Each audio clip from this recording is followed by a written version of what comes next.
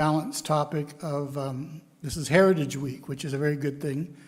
As you know, I'm a very big fan of heritage, and we have Heritage Awards to be given out, and we're going to give those out first. So we're going to lighten up the meeting a little bit, and we're going to ask John McAlpine, who's the chair of the Heritage Committee, to come up, and we have certificates, and we have a plaque for a house that's being recognized tonight. So we're going to do that first. I have to have the approval of the agenda. Councillor Bell, before we can really approve the agenda, we have to know what you're up to with your 2A. Yeah, thank you, Mr. Mayor. I propose to withdraw my request for the in-camera discussion regarding the Arlington Meadows and the zoning bylaw amendment that's proposed. But I think it's important that people understand why I'm doing this. People online, people in the chamber. In taking a decision in this council, we should decide in the best interests of the county, based on facts, based on history, based on an understanding of alternatives, and in the full light of risks and consequences. We have to do proper due diligence. So, and this is a very personal statement, to help my decision making, I asked our in-house counsel for some information and guidance. She indicated she could not give me answers, and in order to maintain a solicitor-client privilege, it would have to come to an in-camera meeting of the whole council. To be clear, her client is not me, her client is collectively the council. So she was quite correct in not answering my questions. So the in-house counsel proposed that we meet in camera ahead of tonight's meeting, and then she'd be able to answer any questions that came up. However, I realised that an in-camera meeting either before or during this meeting would be potentially disruptive, and it may potentially give the appearance of impropriety, because as the Mayor said, this is a very sober, difficult evening that we have to get through. So as such, I've done more independent research to get to answers to my questions. And if anybody wants to know the challenges, go to the OMB website, try and read some of their decisions and orders. It needs a bit of interpretation. So the interpretation tonight will be my interpretation and certainly not that of our in-house counsel. So therefore, I withdraw my request, but I noticed that our in-house counsel is with us, so should anything come up, I'm sure we can call her. So I withdraw my request. Thank you for withdrawing your request. I think that most of us ran our campaigns on transparency. I think having a meeting in camera before such an important issue looks bad and is bad and would be perceived as bad. And so I thank you for withdrawing that and making us, the council, not to be said weren't transparent. So thank you. All those in favor of the agenda, please. Anyone opposed? Carried. Pecuniary interests, if you have any, declare them now, please. Seeing none, we'll give out the awards now.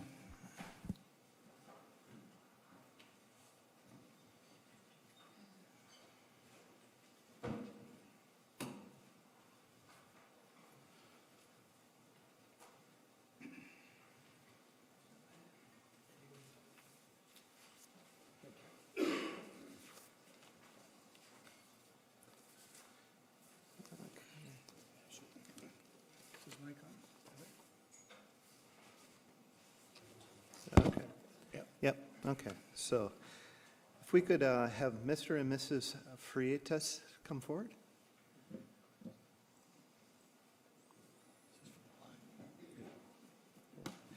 Yeah, we're just honored to be here today to celebrate, 35 years of Heritage Week in the province, and this couple have put together just exceptional work on this building that was first built in 1866. At 240 Bethel Church Road. And we really appreciate the work that you've done to restore this house to its original glory, and we look forward to many years of enjoyment in the future of it too. So, and Dave, if you'd like to present the plaque. There's the plaque. It's very heavy. Can we go sideways here so that Mr. Harris can get our picture? Hey, buddy, do you want to hold this?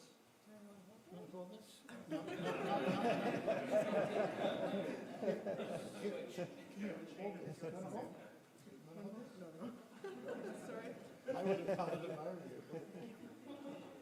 Get over here. Come here. Say cheese. Say cheese.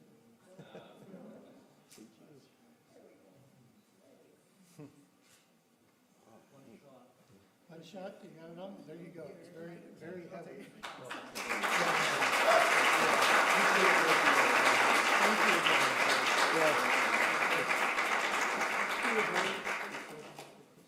Yeah, you saw me at the Christmas parade.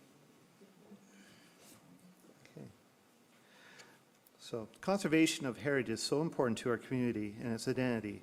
Our world is changing quickly, and preserving heritage allows future generations to learn about their history and culture. New this year, the Brant Heritage Committee would like to recognize each of these individuals for their outstanding work to preserve local heritage. And if they could come forward as we read out their name. So Dan and Carol Lynn Brown. Dan and Carol own Dan Brown House Restoration and have restored and preserved over 35 houses to their original character. They also specialize in making new buildings look like they have existed for many decades. One of the recent restoration projects include the Old Miles House on King Street in Burford.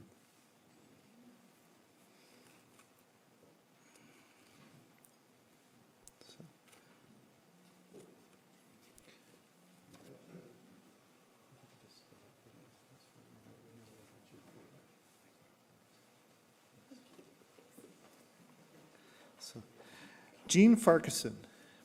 Jean has been an advocate of local history for many years. Jean has contributed to the research activities with local branches of the Ontario Genealogical Society and is a valued member of the Canadian Industrial Heritage Centre. Jean was the co-founder of the Grand River Heritage Mine Society, produced a number of posters and articles concerning the local Egyptian mining industry, and authored the books at Heron and Cobblestones. Rob Adlam. Rob Adlam has passion for local industry history and has amassed an impressive collection of artifacts. Rob is a member of the International Cockshut Club and has written numerous articles on the Cockshut Quarterly. He has also provided leadership to the Canadian Industrial Heritage Centre. Rob has collaborated on several publications and productions and series of heritage films about the Cockshut Plough Company. ARE Holdings, Inc. If Jeff Robinson and Ben Pearson could come forward and accept the award for them. In 1850, O.D. Bradford constructed what is now called the Arlington Hotel. It is served as one of 17 drinking establishments in Paris, which has a population of 2,400 at the time. The next owner, John Eland, expressed the hotel adding a yellow brick addition with Romanesque arches. Each time the hotel has been renovated over the past several decades, the owners have preserved the original architecture of the building. Presently, under the ownership of ARE Holdings, Inc., all 23 guest rooms were completely updated, and unique decor and furnishings had evoked personality and spirit.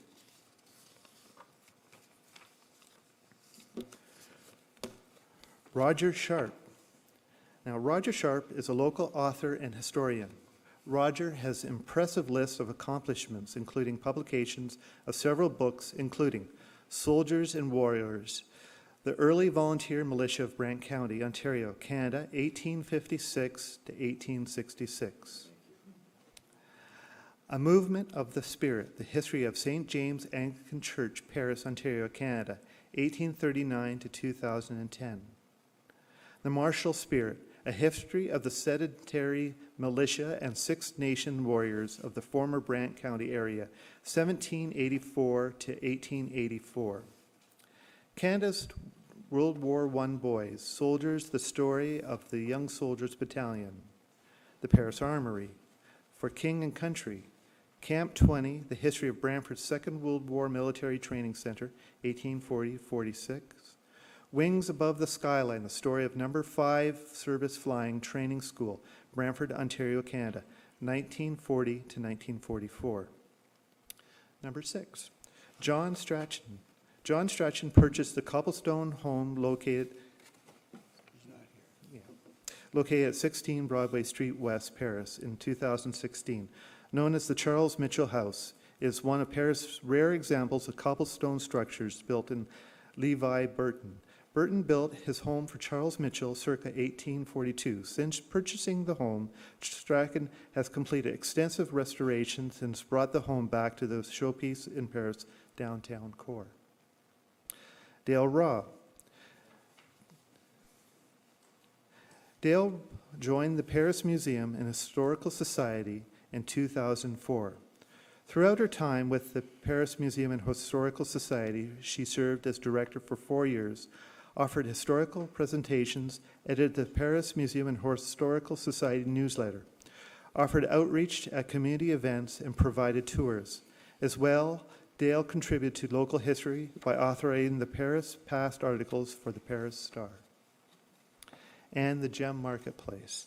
Owned by Anne Gary, the Gem Marketplace sat empty from 2012 until 2018, when extensive restorations began. Connected to the owner's original business, the Green Heron Bookstore. The Gem Marketplace is the home of 7 small retail spaces and is brought back to life under the skillful workmanship of Anne's son, Andrew Screws. Using period-connected fixtures and materials, the turn-of-century character of the building has been maintained. Windows and floors were stripped and many materials were kept. The store is now bustling with activity once again. A special thanks to everyone in our community who preserves our local heritage. Our heritage is a record of who and what we are, is a connection to our legacies. Thank you very much.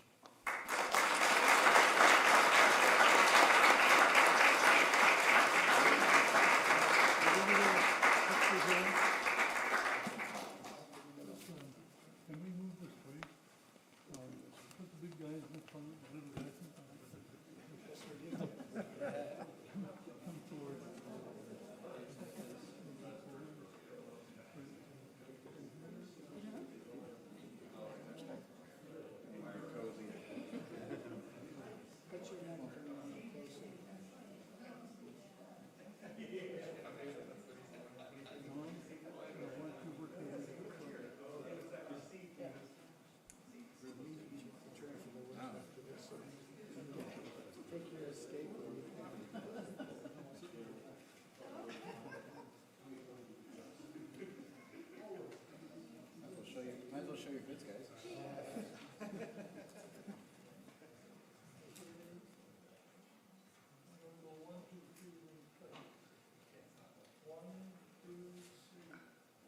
Slick. Thank you very much. Do you want to get a picture?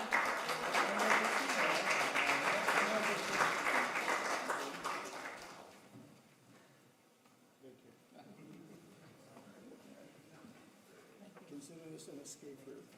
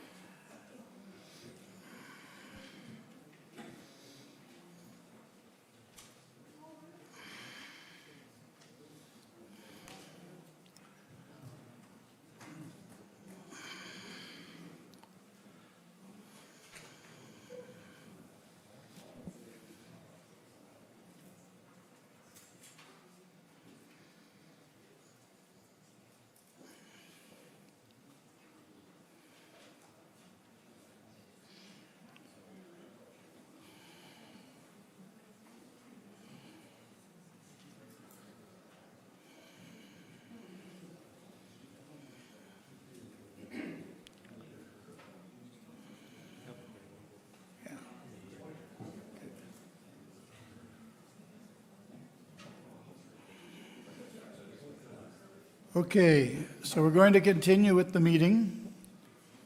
The next part of the meeting has everything to do with 1044 Arlington Meadows.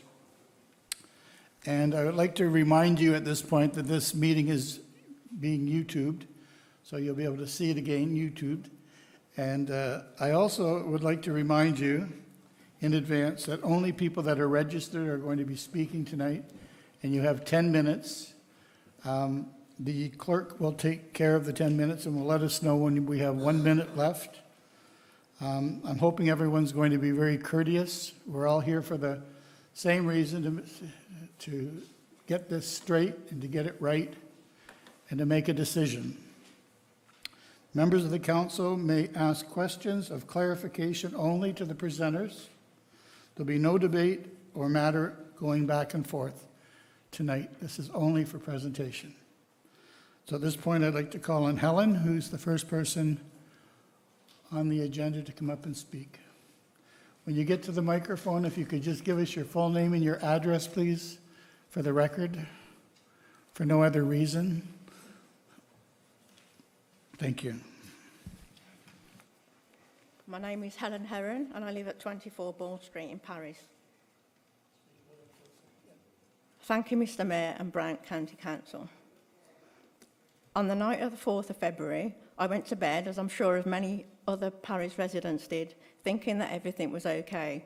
I did not attend the evening county planning meeting, but I thought that the planning committee councillors would have all our best interests at heart and reject in full the proposal from Granville Homes, submitted to attempt to amend their planned and approved 7-storey, 20-metre tall building on Rest Acres Road to one of 12 storeys and 36 metres in height, an increase from 125 to 161 units, a huge change which completely breaches the approved master plan, not to mention the county height bylaws in the process. On the morning of the 5th of February, it was great shock that I realised that this was not the case, and that despite all 4 Paris councillors rejecting the developer proposals, the overall vote result had fallen instead in favour of the developer's proposals, described by Granville as a mere minor adjustment. The anger then set in at the realisation that not only had the master plan been completely ripped apart, but that the town's bylaws counted for absolutely nothing either. Bad news travels fast, and immediately on social media, the panic and shock at what happened the previous evening rippled out and escalated amongst the parish residents. I would like to ask the question, where was the proper notification for such a drastic change that would affect so many people's lives? I know the ruling surrounding notification stands at notifying properties within 120 metres of the proposed site, but in this case, that area is predominantly new builds, either still empty, just moved into, still being built, or land just started to be prepared to be built on. For a change of this enormity, and which affects every single one of us, where was the full notification for the vast majority of the town's residents? As a result of the council vote, a small group of residents got together to try and notify as many other residents as possible as to what our small town now faced. And a hastily put together community petition signing and letter writing session at the Paris Sports Arena followed. Repeatedly, we have encountered many local people who, up until we told them about what had just happened, had no clue at all as to what the developer was now pushing for or what had been voted through, and many people were completely unaware of the proposal, the decision, or the consequences. In less than a week after the council vote, over 300 signatures and many letters were all written, sent to county, all opposing the decision of the council, along with protesting the complete disregard of the bylaw shown by the developer. Just imagine what we could have done with a longer awareness and response period to counter the planning decision, the result of which affects every single resident of our town. The developer has already been granted a 7-storey build, which is the maximum bylaw height of 20 metres. By allowing him a further 5 storeys, it shows the developer that they do not have to respect the county bylaw, that they can do exactly what they like, and in the future, they and all the other developers will be free to do it again. As this developer, along with the Brant Council members who approved it, will have set a precedent. Paris is a small town. It does not fit that a 12-storey building, none of which is allocated much needed affordable housing or housing for the elderly, should be built within it. The bylaw of 20 metres maximum height is there for a good reason and for the good of all of us. A 12-storey building will dominate the horizon and spoil the character of the town. This is not Mississauga or Oakville, it is Paris. The councillors who voted in favour of it would perhaps not be doing so if it was in their own backyard. We are Brant. We should all be standing together facing these challenges as they occur. It is not fair to expect people who are already just into many new homes being built in what is a small town of 12,500 residents in such a short space of time to further take a 12-storey condo, which is already outside the bylaw restrictions as well. If only 2 people live in each of the many new houses built, and the majority of the new builds are detached luxury living, so we can assume that they will be family occupied, the population of Paris will be set to double in a very short space of time. The infrastructure, however, will struggle to cope with all of this. Where are all the extra children going to attend school? Where are all the new residents going to get a doctor's place? How will the sewage plant designed and built for a town of 7,000 residents cope with the demands of so many more people? We are not anti-new homes, residents or anti-change, but it should be at a reasonable and controlled pace over a sensible period of time, and the infrastructure should be funded and improved to grow with it. We feel that Paris is at the mercy of the developer, who is giving absolutely nothing to the community that it is making so much profit from. Paris has been pushed in the national media, and particularly in the Toronto press, as the prettiest town in Canada. We feel that if the developer gets their way, that this town will lose its character and ambience, that other developers will follow, knowing they will get away with deliberately flouting the planning rules. We feel most strongly that all developers should be made to make a financial contribution towards the communities that they are gaining so much profit from, and that this money should be used for the benefit of all the town's residents and services. For example, the schools, the hospitals, play areas and community areas. They are at the moment taking complete advantage of our town. We are very disappointed that some councillors voted this through, but are grateful for those who had our backs from the start and who have already opposed it on our behalf. What is the point of having a council or bylaws if they can just be overridden and ignored at will and when it suits the developers? Why are they not being made, as for the rest of us, to abide by the existing rules? To those who originally voted in favour of the planning changes requested from Granville, we will make this plea on behalf of not just Paris residents, but all Brant County residents. It could be your town in the developer firing line next. They will not stop at Paris. We urge you to change your vote to one of rejecting the Granville proposals. Use your elected power to dictate to Granville and all the other developers what they will and won't be allowed to do, and not the other way around. Make them play within the existing planning rules and reject their unfair demands, and we as a community will support and stand alongside you both now and in the future. Thank you. Thank you very much. Does council have any questions of clarification for the delegation? Seeing none, thank you very much. The next speaker is going to be Moira.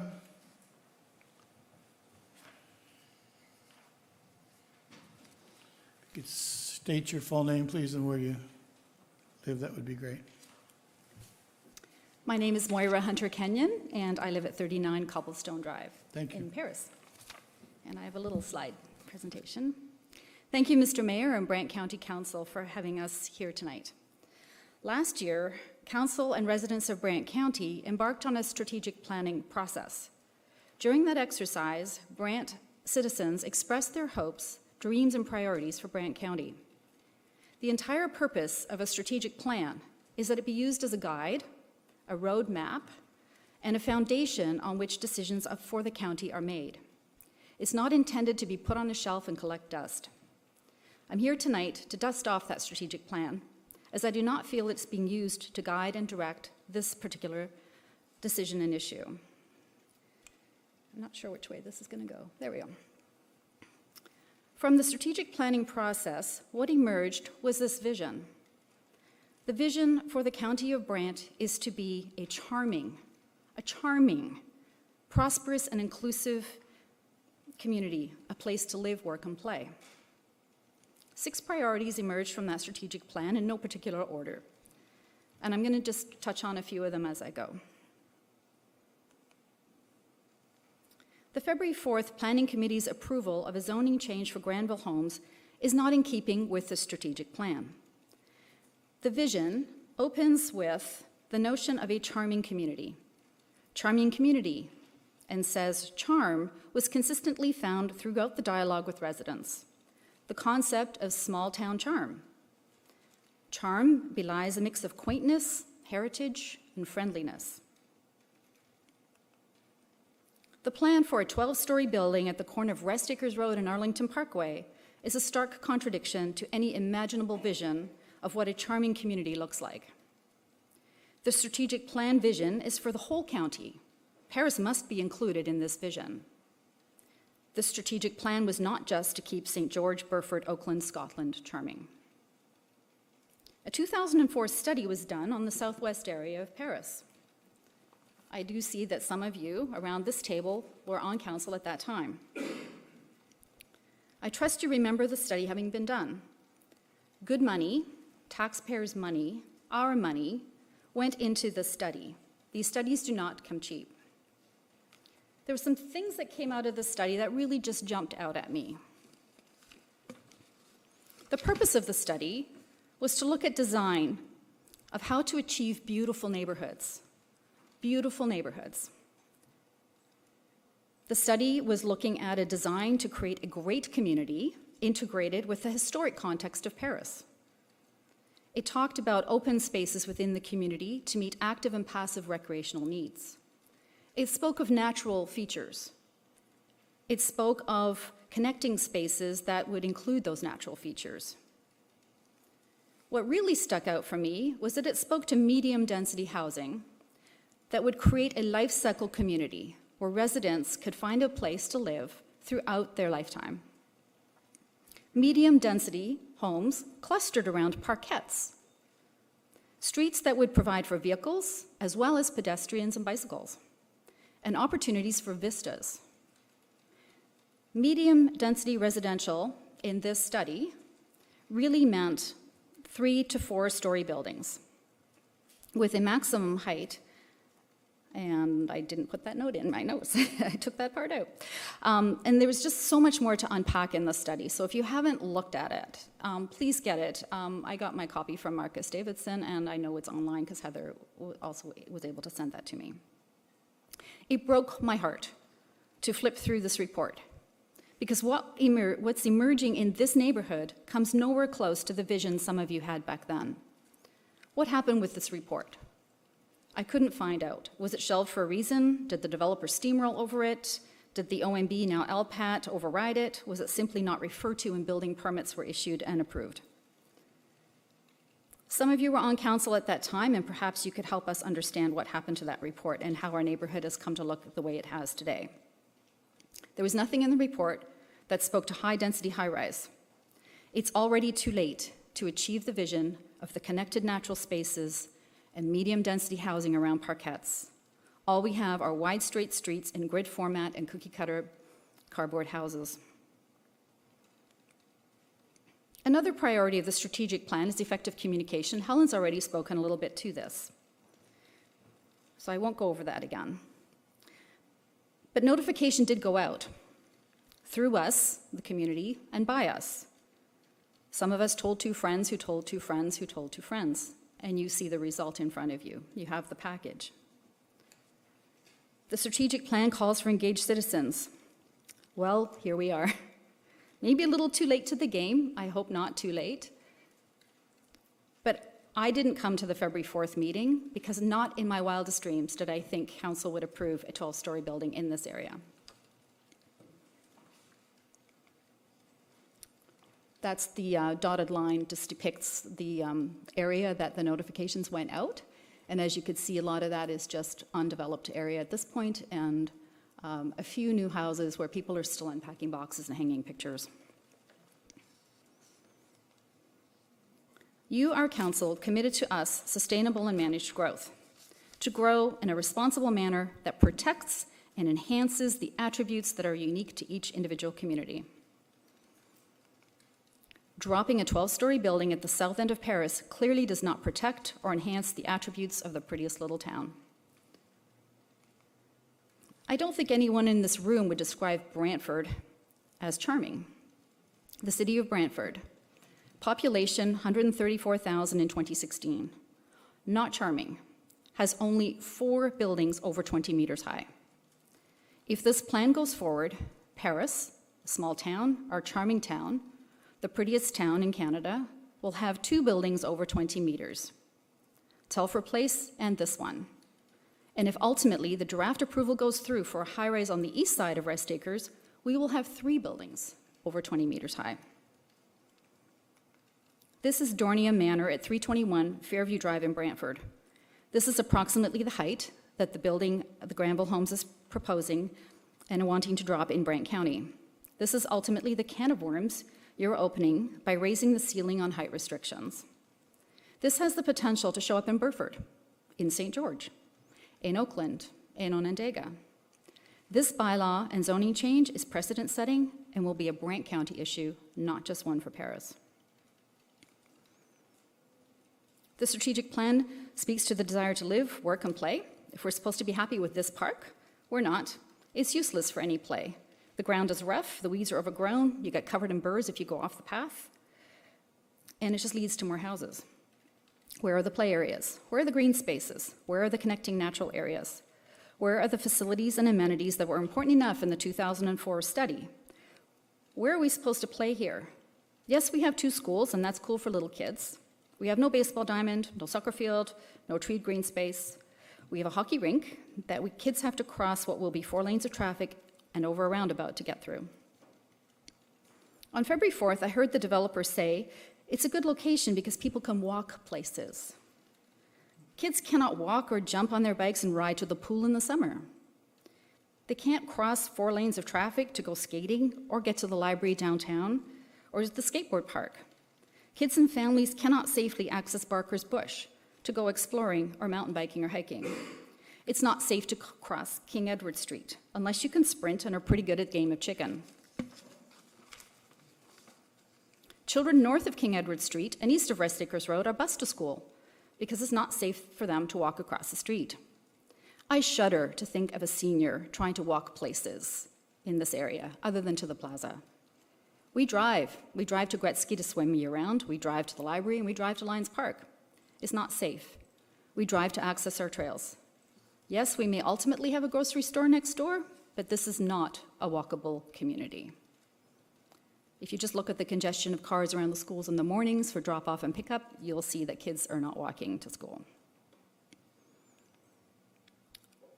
If you're going to read a book in the next little bit, this is a really great one. It's called Walkable City.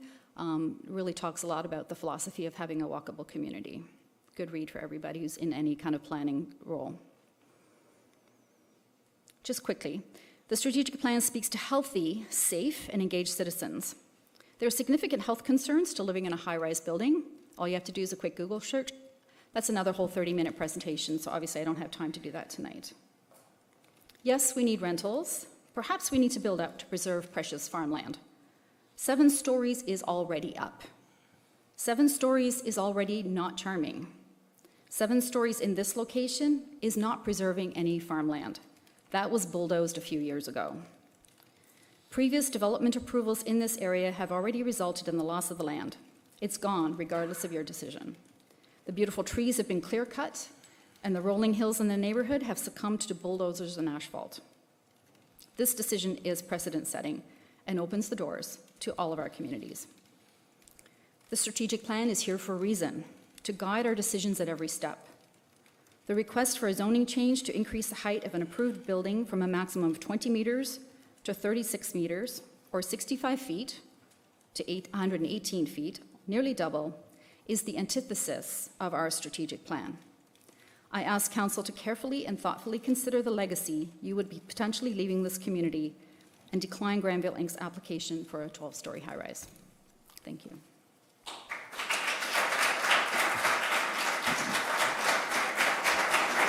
Thank you.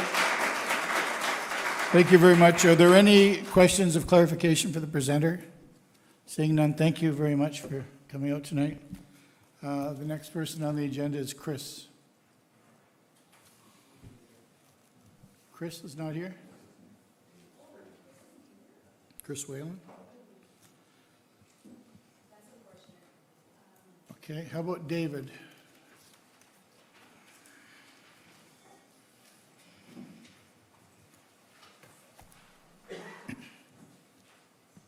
You just state your name and your address, please.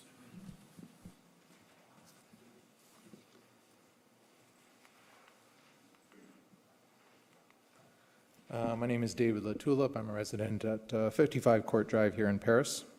I wanted to start by just first taking the opportunity to thank you for being able to speak today. And I stand before you on behalf of my family, my wife Aileen, my daughter Megan, and my son Connor, to express my deepest concerns about the lack of details that we have with respect to both the approved and the proposed structure at 1044 Rest Acres Road. So I'm doing a lot of thinking, asking a lot of questions. These become rhetorical questions because I can't get answers. But the first question I have is, what is the actual square footage of this building? Because that's not in any of the information that's given out. And so I ask, does the council know this information? If so, has that been shared to the community? I haven't seen it. If council doesn't have this information, why not? Why haven't they asked to say, what is the square footage? And if you don't have that information, how can you vote on it? To approve or to deny it? That just defies all logic to me. Next question, how many parking spots are there? I haven't seen any diagram that shows the number of parking spots are there. There's a lot of talk about parking, above ground parking, underground parking, but no one said the number of parking spots. Again, without that information, how can you vote on it? The big question that I keep coming back to is, have you seen a 3D model of what this building looks like? If so, we haven't seen it. We see top-down images, and I'm going to show you those. If you don't have it, why hasn't it been requested? Why hasn't somebody said to the developer, show us what this building looks like? Because if you don't have that information, again, I don't see how you can vote on this one way or another. What does the exterior part of the structure look like? I don't know. Moira showed some pictures. There's a lot of different types of buildings depending on the years they were built. What do they look like? We don't know. And I guess the last question that I come to is, does Granville Inc. have a 3D model? We don't know that. I assume they do. And if they do, why hasn't it been shared? So these are my thoughts, and these are my questions, and I'm gonna lead this going forward. So here's a screenshot I took. This was on CBC News from just a couple of weeks ago. You'll see the date here, February 5th. And this was an article talking about there was a developer that wanted to build this multi-tower tech hub around Hamilton City Hall. For those of you that are familiar with downtown Hamilton, so here's Main Street. This is Bay Street right here. Here's Hamilton Place, and here is the existing City Hall building. And you can see, look, they're putting in 3 new buildings. I forget the exact dimensions. The tallest one here is being 24 stories tall. That would be this one here in the background. And so they put in these 3 buildings, and they show here's what it's going to look like. Okay? But what's the key thing in the title here? They want to build. They haven't gone to council and asked them to build it. Council hasn't even voted on to approve it. The developer has said, we want to build this, and then they go and present this. Okay, I know what it looks like within the existing structures. I know what it's like to drive down there, and I'm going to see what these buildings look like. They're tall, but they seem to fit within the existing space. And I say, if this is the norm, if this is what is done, why do we get this? Why do I get a top-down image that shows me absolutely nothing about what this building looks like? Right? This is horrible. Right? I have to zoom in, and okay, so we're talking now about this space, this tiny little lot down here, and I think about it. Okay, so what's going in there? We know the size of the building, we know its number of stories. Where is it in that space? Is it 5 meters from the sidewalk? Is it 15 meters from the sidewalk? Is it 50 meters from the sidewalk? Where is it? We don't know. And again, without this information, it just baffles me that we can vote on whether to approve it or not. Okay. Here's another one. This one's even worse, right? But this is all that we have to look at, is this space here. And so again, I come back to my original question. Does a 3D model exist? I would say yes, it does, somewhere. I think the developers have one. They know what it's going to look like. And then the question I think we need to ask ourselves is, why aren't we seeing it? So we don't have one. So I decided to go ahead and I made my own model. Okay, again, lack of detail, so I had to put in some assumptions. I can do this. So we don't know the number of units, we know the number of units in the building, we don't know the type of units. So I went online and I found some information. Some of you may recognize this building, these two buildings. It's at the corner of Wayne Gretzky and Dunstan Street. So I went online, they had some very nice information. A one-bedroom suite is 700 square feet, a two-bedroom suite is 1,000 square feet. Okay, so I'm going to assume in this building we have a 50-50 mixture of both, so let's say the average is 850 square feet per unit. It seems reasonable. Now the unit that's been approved is 125 units over 70 stories, so that works out to be a little under 18 units per story. If we multiply that by the 850 square feet, that means it's 15,000 square feet. Seems reasonable for a building of this size. And if we look at this building, curiously enough, if you look, 1, 2, 3, 4, 5, 6, 7, hey, that matches the building that's been approved. Okay, what's the width of that building? Well, it's exactly 70 feet in width. So this this divided into this, so that's a 217-foot building. Okay, if we want to work, let's work in SI units, so that's 66 meters in length, 21 meters in width.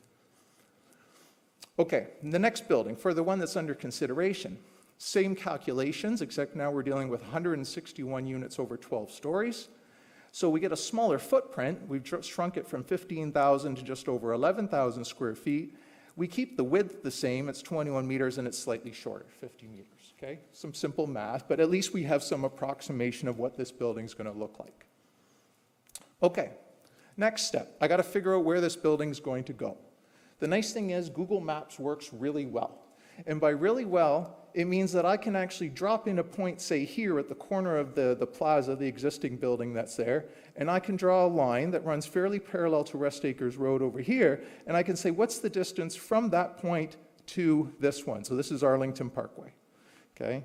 And if you do that on Google Maps, it'll tell you a very precise number. Exactly, it's 233.5 meters. That's pretty precise, right? So now I can start building this model around this space. Now, we all know, or we're learning tonight maybe, where this proposed building is going in. So this is the actual space right here. How am I doing for time, by the way? 2.5 minutes. Perfect, thank you. Okay, so this is the proposed space that we're talking about right in here. Okay, again, very precise. So now what I can do is I can go around the neighborhood, I can get measurements, I can take pictures, I can look all around, and I can figure out where everything's going to go. So here's what the model actually looks like. Okay, so let's put some perspective here. Tim Hortons, okay, everyone knows where Tim Hortons is, so we put that there in the background. This is a bird's eye view. Here's the existing plaza. Okay, here's Rest Acres Road.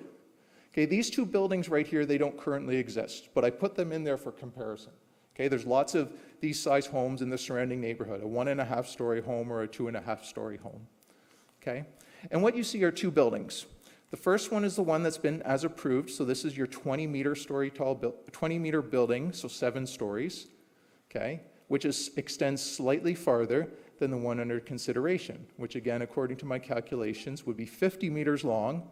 It's the 21 meters in width, and here we go. Now we've gone up from 20 meters up to 36 meters, gone from 7 stories up to 12 stories, okay? So now let's take a look at this 3D model from different perspectives. So here I went out, and I apologize, the lighting is really bad in here. We're not getting very good contrast. But here I'm standing on the east side of Rest Acres Road. So you can see here's Rest Acres Road running off into the distance. Okay, I'm standing essentially between the two townhomes that have been built there. There's a couple of power lines and stuff, but I'm standing right there. So now I'm looking across Rest Acres Road. Good thing I added in some arrows here. So Tim Hortons is just out of the shot of the camera, so it would be right about there. And you can see the plaza is right there, okay? So now I need to sort of check whether my model is working well. There's a couple of ways that we can do this. The first thing I want to point out is that if you can see, the horizon is just sort of below halfway into the picture, okay? So the horizon is about there, and you can see Rest Acres Road starts here, and it sort of trails off. So now what I'm going to do is I'm going to show you what this looks like when you actually put the buildings in there. And here's what it actually looks like. Okay, you can see from perspective, everything looks about right. It's not perfect, but you can see here's the horizon. It's just under the halfway point. Here's our plaza off in the distance. We look over there, there's the plaza off in the distance. Again, the contrast here is bad. Okay, there's our 1.5-story home building. There's our 2.5-story building. Here's our 7-story building. Here's our 12-story building. Kind of shocking when you see it from that angle, isn't it?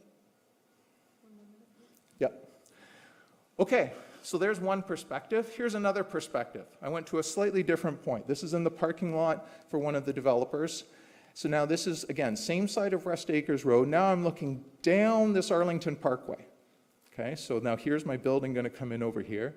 Again, you can see there's a couple of small, or not small houses, there's a row of houses right here. Rest Acres Road is running this way. Again, if you look at the horizon about halfway up, here's what it looks like. Again, Arlington Parkway here, there's my row of houses. Here's our 7-story building. There's the 12-story building. So tall, I couldn't even fit it within the model. This is some information that I can think help you make your decisions. And again, it comes back to the, how can we have voted on this without this level of detail before? So I'd like to thank you. I hope that the information that I've included here has been enlightening. I hope you will consider it for the vote that is happening with regards to this structure. And I hope that you will consider it with regards to any future plans that are happening in the county. Thank you very much. Thank you.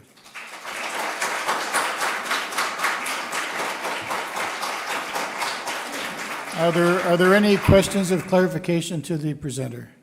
Seeing none, thank you very much for taking your time. Brittany.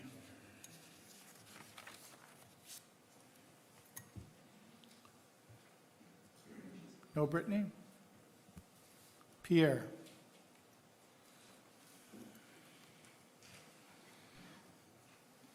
Please, your full name, please, and your address or who you represent.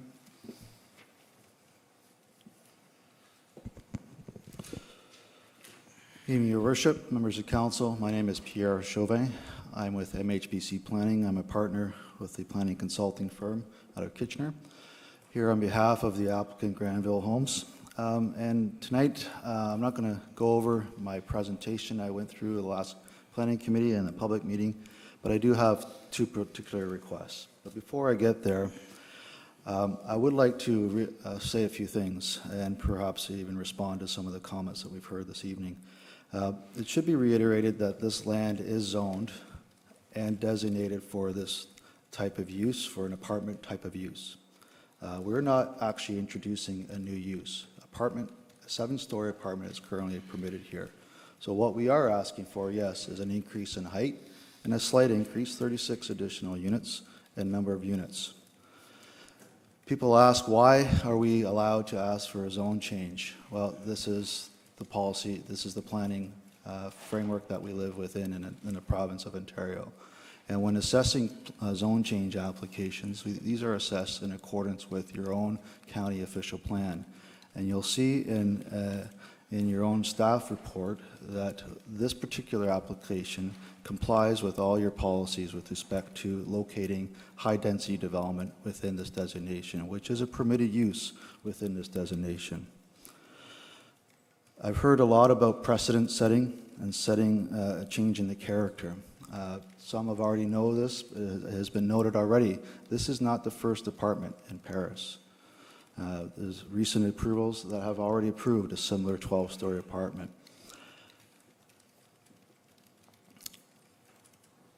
I would certainly say if council is serious, truly serious about curbing urban sprawl and growing up and protecting our valuable resource, which we call farmland, then you will approve this development. If council is truly serious about providing a broad range of housing to meet all our growing demands in the rental market that provides housing for not only young up-and-coming professionals or young adults, but also our aging adults, which is a growing segment of our population, then you will approve this development. There have been some quotes with respect to the council's strategic plan. I'll remind you, this is not a planning policy document. This is certainly a strategic vision. And it certainly is a vision to grow sustainably and manage growth. And it would be, in my opinion, that this particular development is sustainable. It does provide for high density development, which is well located and will provide for housing for all our needs, growing needs. So back to my request then, I would ask that council approve the planning committee's decision to support these applications.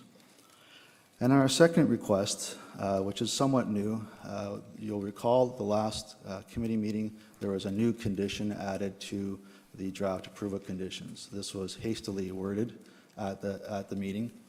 We would ask, with your indulgence, council's indulgence, to defer a decision on that particular condition as we require some more time to work it out with your solicitor and our solicitor and the county staff to ensure that we have the appropriate wording in place. So we not only ask you to approve the development, but defer the condition with respect to the added condition, draft approval condition that was added at planning committee. Those are my submissions, and be happy to answer any questions. Thank you. Councillor Ferrier. Thank you, Mr. Mayor. Through you, I have 4 questions, if I may be permitted. All right. The first, do you know the tallest building, through you, Mr. Mayor, to the presenter, the tallest building the applicant has built to this date? Through you, Mr. Mayor, I don't offhand. I believe it's over 12 stories. Are you sure about that? I'm quite familiar with the development they're doing in Kitchener. Yes, I am. Okay. Second, you said, through you, Mr. Mayor, you said a similar apartment has already been approved, it's been built. That's a retirement home. Is this going to be a retirement home or some sort of social housing? Through you, Mr. Mayor, this is not intended to be a retirement home, but their council has approved a 12-story apartment immediately across the road in the same community. Okay. Third, through you, Mr. Mayor, can you please elaborate on the survey error, specifically when that error was found, the survey error that the applicant made? How many units that shaved off of the original plan for that area? My apologies, Mr. Mayor. I don't know that specific number off the top. Perhaps that could be a question directed to staff. But. Thank you. And last one. This is based on the last meeting. We talked about parking, and I had read a letter from Councillor Bell asking about the potential for underground parking. You had stated at first it was $35,000 per parking space, and then had said you spoke to somebody in the audience, an engineer, who said it was $50,000 per parking space. Now, I know you admitted that day that you're not a parking expert, but this was thought as an idea that could maybe keep the building down while increasing the units as needed. I looked into that number. Are you aware that the $50K that is quoted in some planning documents is for Greater Toronto Area parking, and it includes the land acquisition costs, which I imagine you already own the land that's here, so that would be taken out of context, I guess. That $50K per parking space doesn't seem realistic when looking at the actual numbers. Do you have any information about that? Through you, Mr. Mayor, just to be correct, I didn't say 50,000. I said in the order of 35 to 38,000. I originally quoted 10 to 15,000, and that was in the minutes. And that number is in fact based on numbers that I'm quite familiar with in this geographic area. So they're not GTA numbers. These are numbers from the region of Waterloo, very similar. And the land costs are factored into any redevelopment, whether this is an apartment or the single detached homes that are being sold in the same subdivision. Thank you. Councillor Pierce. Thank you, Mr. Mayor. Through you, I got a couple questions of clarification here, if I could as well. For clarification, when Arlington Meadows came to council with their original proposal of 7 stories, we did in fact approve that, correct? Through you, Mr. Mayor, no, it was approved by the Ontario Municipal Board. Okay, what I'm trying to say is that was approved. Your original request was approved, correct? Through you, Mr. Mayor, yes, it was approved by the Ontario Municipal Board. So fine. Can you tell me then, can you clarify for me why the original request wasn't for 12 stories? Why the request for 12 stories did not come until after you had found that there was an error, a developer error, in the delineation of the lot? Can you tell us that? Sure. Through you, Mr. Mayor, good question. I know the previous owner. They're a client of mine. They are not apartment builders. When we planned and developed that site, I was personally involved in that rezoning and subdivision, and it was really just a notion of something that could happen on this site. Our client, who is actually an apartment builder, contrary to some of the questions I received, do know the market. They build apartments. This is what they build. This is what they know best. And the market is changing. Whether we like it or not, the market is changing to higher density forms of development. And this is a response to that changing market. Thank you. One final, if I could, Mr. Mayor. So with the new owner that builds apartment buildings, that knows apartment buildings, can you clarify for me why it wasn't requested 12 stories before you found that there was an issue with the lot line? He owned the building before that, correct? He owned that plot of land before that, correct? Through you, Mr. Mayor, yes, they own that land for probably over a year now, over 2 Thank you. years. So it wasn't until such time as there was an error that you decided to put it up to 12 stories, correct? Through you, Mr. Mayor, the applications were made at the same time because there was comprehensive changes being made to the whole plan of subdivision that necessitated changes to the zoning. And so, yes, if we're going to make changes to the zoning and the plan of subdivision, now is the time to look at things comprehensively. Thank you. Councillor House. Through you, Mr. Mayor, just one quick question. And this is a result of questions that we get asked, and including after your last presentation. Can you give us the definition of attainable housing and perhaps in comparison to affordable housing?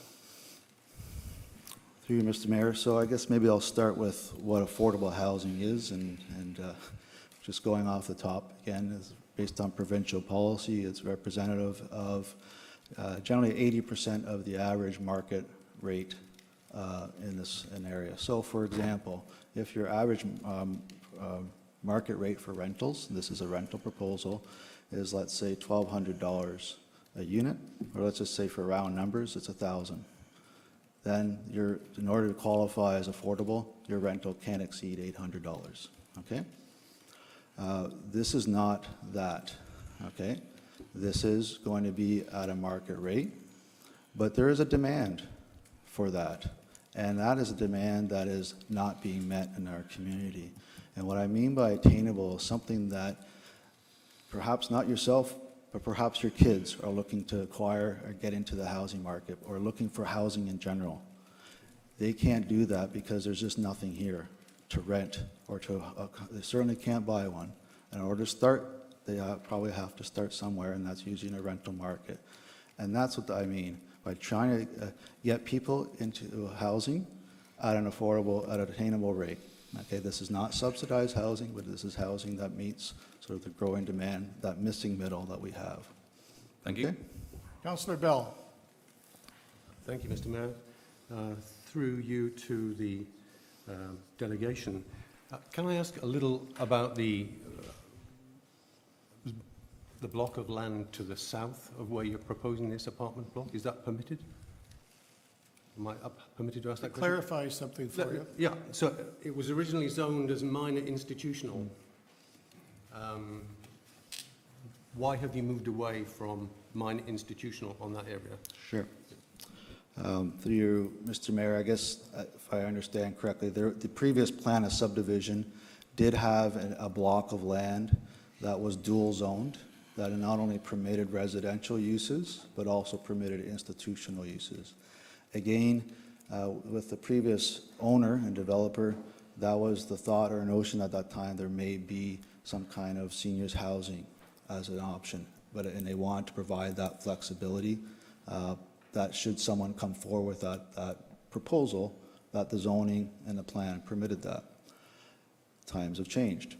Having said that, with this proposal, again, this intends to provide a housing form that a lot of empty nesters or seniors would like to and enjoy and live in. So it's certainly not seniors housing or some form of assisted housing living, but it's certainly a housing form that provides fully accessible living and can accommodate aging adults. Can you perhaps comment on that housing type? Because I noticed from the part of the zoning bylaw amendment that is perhaps less in the news, the area you've rezoned from minor institutional to a residential multi-level.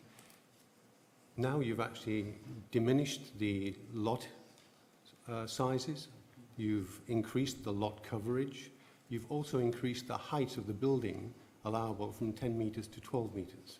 Could you say more about what's going to happen there? Well, through you, Mr. Mayor, again, it's a matter of what the market is demanding in terms of housing product. Smaller homes or larger homes on smaller lots.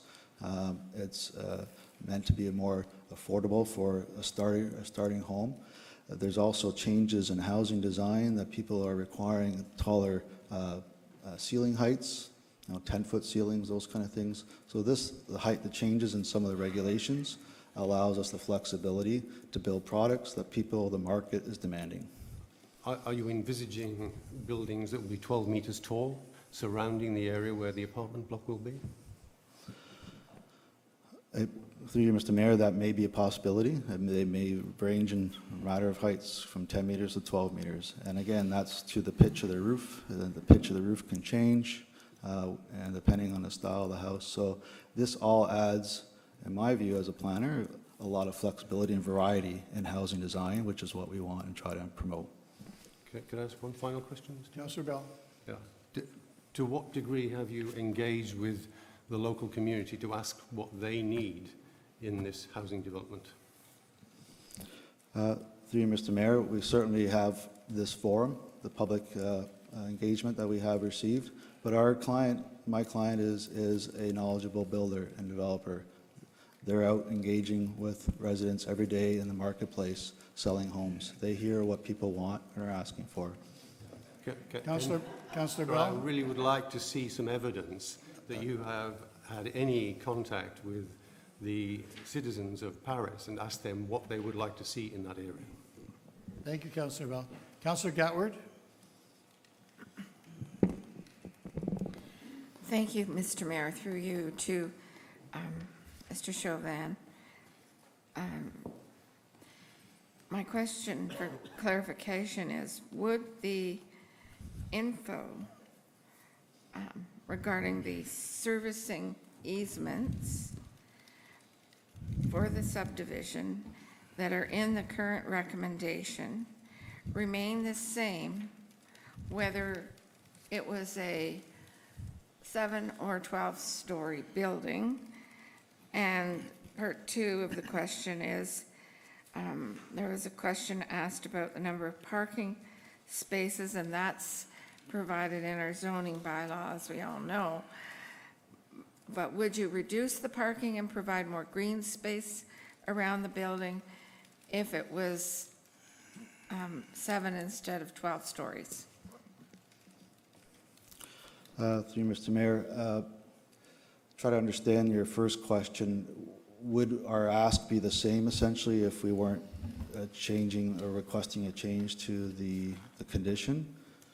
I guess simply yes. We're still requesting 12 stories, and that would not change that draft approval condition. I'll just express our concern with that draft approval condition. We just want the ability to be able to register any phase within the plan of subdivision, and do not want to be at the whim or control of this adjacent property owner to control what we can or can't register. I don't believe that was the intent, and that's all we want clarification on in the condition. So Whether we're going to 12 or 7, that doesn't change that. With respect to the parking, again, our intent is to fully comply with the zoning requirements.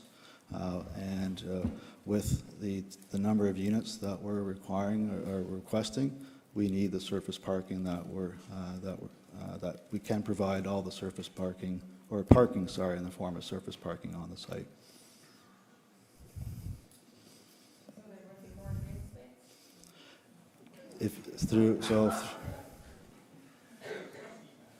I'm not sure what your question is. If you're asking if we reduce the parking, would there be more green space? Is that your question? Yes, for a 7-story build. If it was a 7-story build, we'd still have to provide surface parking. We haven't done a site plan to sort out how much landscape open space there would be on site based on 7 stories in it. So. And if I might ask one more quick thing, just to clarify for everybody, do you have a concept, a 3D concept of what you might be proposing? Through you, Mr. Mayor, contrary to the commentary earlier today, no, we don't have a 3D massing model prepared. We simply have a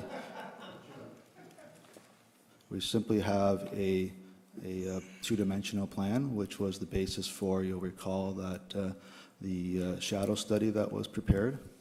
And not unlike any single detached or semi-detached or townhouse lot that was approved in this plan of subdivision, we weren't required to do a massing model, weren't required to provide building elevations. These are things that come later through the site plan approval process, which is the next step in this process. Thank you very much. I appreciate your Thank you. answers. Any other comments? The second part, or the last part of the presenter's proposal is to defer. I have no interest in a deferral tonight. I want to see a vote tonight. How does council feel about deferring? Comments? Councillor Miller? I was going to say, what, did you want to wait till we got to the planning application? Well, it was part of his request. But and I would move that all those delegations be referred to the planning's. All right, what we'll the do is... planning report. And I was looking for a secondary, I guess, on that one. All right, Councillor Pierce? All those in favor? Perfect. The last one is just a copy of the petition that you have. I don't know whether did you people get packages of the, no, they didn't. Anyway, there's a package of a petition with all kinds of names on it, and there's some extra names that have been added today that are in the addendum, so they're listed. So at this point, we have to decide what we're going to do with the Heritage Week presentations. Motion, Councillor Coleman seconded, Councillor Ferrier, all those in favor? Receive it. Now we're at B. Councillor Miller, what do you want to do with the, So, sorry, with what? we're at delegations? B. I thought we already moved those to, We yeah, move this one? moved to receive and refer to the planning report. Do you want to bump the agenda around now, move it around, so that we can deal with that right now, so that these people can go? Thank you, Councillor Coleman. Seconded by Councillor Bell. You know, it wouldn't have taken long. So where are we going? You would ask, if you just want to deal with that item, you would ask Councillor Reed to present item 8B3 of the planning committee agenda. So Councillor Wheat, thank you. Not until he presents it. Councillor Wheat? Oh, do we need to vote on changing it around, you mean? I'm sorry. All those in favor? We had 1, 2. Yep, thank you. Councillor Wheat. It's moved by myself, second by Member Gatward. Planning Advisory Committee report of February 4th, 2020 be approved. Noting there are 7 items. Councillor Pierce. Thank you, Mr. Mayor. I'd like to pull number 3. Thank you. Anything else to be separated? We're going to vote on everything but 3. All those in favor? Opposed? Carried? Councillor Pierce? I guess it's already moved in that, so it's on the floor. Yes. If there's any questions, I got a few comments, Mr. Mayor, if I could, but I'll Yes. wait to see if there's any questions. Are there any questions before Councillor Pierce has comments? Seeing none, Councillor Pierce. Thank you, Mr. Mayor. If I could, if I could have the council's time for a few minutes here. I can honestly say that in my 6 years of sitting on this council, I've never witnessed the amount of feedback from public with opposition to anything that we've dealt with. There's over 25 pages of signatures, 500 plus, I was told. Then there's another 100 names that completed a standard template of a letter that was sent in. Then there was dozens of people that wrote their own letters. All of these had one theme in common. That was opposing the increase in height of the apartment building. Speaking to many of the local residents, they're not pleased to even have a 20 meter, 7-story building in their backyard, but know it's already been approved and know it will happen. These folks aren't anti-change or anti-growth, but they feel things should be done in a controlled manner over time. Expanding from 125 to 161 units, none of which, as we're told, will be affordable housing, in the long term, as has been said, sets a precedent, and it could open the door for other developers to try the same thing. This proposal is adding 36 units, let's say 140 residents, that's 70 plus more vehicles to an already congested area. The developer, in my opinion, has failed to show how any of these additional units are in the best interest of this community. As council, we can't focus on rectifying the errors of developers. We need to focus on what's best for the community and its residents. It appears that they, the developer I mean, are trying to take advantage of the county to make up for shortfalls from their own error to accommodate an incorrect delineation lot line on the original approved draft plan of subdivision. Let's think for a minute, if we could, about those people that are purchasing homes in the area with the understanding that there'll be a 7-story building there. Now, only after the fact, for some of them that have already purchased their house, find that there could possibly be a 12-story building there. I would suggest that the knowledge of a 12-story building from the start may in fact have altered some of the decisions to buy in the area. Build up, not out. That's what we've heard many times. Sure, that's true, but at the right time, in the right place. We need to ensure that it fits with the surrounding neighborhood, which this does not. Take, for example, the village of St. George, who's posed for significant growth once the infrastructure is in place for municipal services. Would we want a 12-story building in St. George? I would hazard to say no. As I look around this horseshoe and think about how the vote went down at the last PAC meeting, I wonder if this was in your community, would you have thought differently about it? I can't in good conscience support any request of any increase at all to the height of this already approved building. In 2019, we did the tap the brakes. That was all on new residential buildings. In essence, this is new. This is a new request for buildings. It was not in the pipeline. It should not be approved. It should not be approved or changed. It should stay at the 20 meters. In 2019, we also did our strategic plan. One of the #1 priorities was to grow in a responsible manner that protects and enhances the attributes and aesthetics that appeal to each individual community. This does not. I know that when we turn this down, the developer is going to take us to LPAT, which is their choice. Well, I'm speaking on my own behalf here when I say I'm more than willing to fight that fight. And I feel that there are others around this horseshoe that feel the same way. I appreciate your time, and at the appropriate time, Mr. Mayor, I'd like a recorded vote. Thanks, Councillor Pierce.